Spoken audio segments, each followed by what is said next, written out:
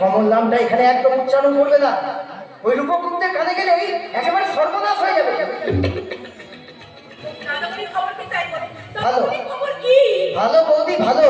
দাদামণির কাছে আমি যেদিন গেছিলাম সেদিন হেমন্ত বাবু আর আয়েশা দিয়ে নিয়ে ওখানে খুব হইচই হচ্ছিল, কিন্তু কিন্তু ওখান থেকে চলে আসার পর সব খোঁজে কিভাবে হারিয়ে গেল সেই কথাটাই আমি বুঝে উঠতে পারছি না।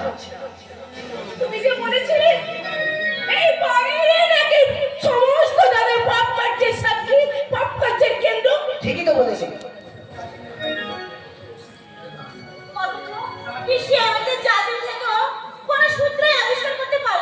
চারটে দিন সময় যথেষ্ট নয়, সেটা এমনও তো হতে পারে যে শঙ্খকে নিয়ে চারিদিকে এত তোলপাড়, সে শঙ্খ হয়তো এবারই কোথাও লুকিয়ে আছে।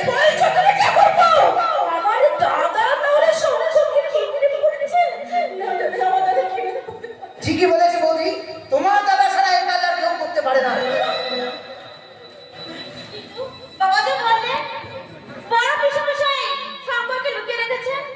দুই একদিনের মধ্যে চা বাগানে আশেপাশে তার লাশ পাওয়া যাবে। সর্বনাশ! শঙ্খের লাশ? তাহলে তাহলে তো আজ আমাকে শঙ্খকে উদ্ধার করে দিয়ে যেত। তুমি এত ভয় পাচ্ছ কেন? কমলা বৌদি, কেন? তুমি কি জানো না তো কারণে এসব কথা বলতে পারে না। সে চাই তোমাদের বিশ্বাস অর্জন করতে। তারপর সে নিজের যখন শঙ্খকে হত্যা করে তার লাশটাকে ওই চা বাগানের কাছে ফেলে দিয়ে আসবে, তখন তোমরাই বলবে ওই অমর রায় শঙ্খকে লুকিয়ে রেখেছিল, আর সেই হলো শঙ্খের হত্যা। তাহলে কি হবে এখন? কি করে তাকে উদ্ধার করে যাবে?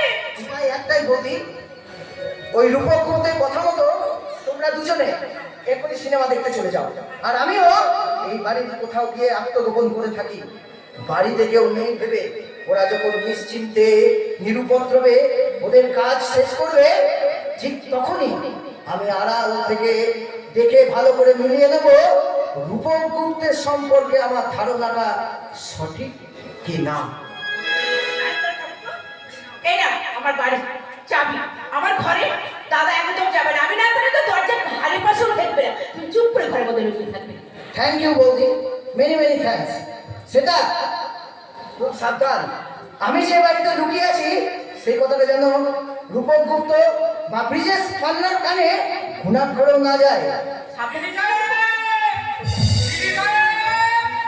ওই ওই পান্না আছে, তোমরা একটু বেরিয়ে যাও, আমিও ভিতরে যাচ্ছি।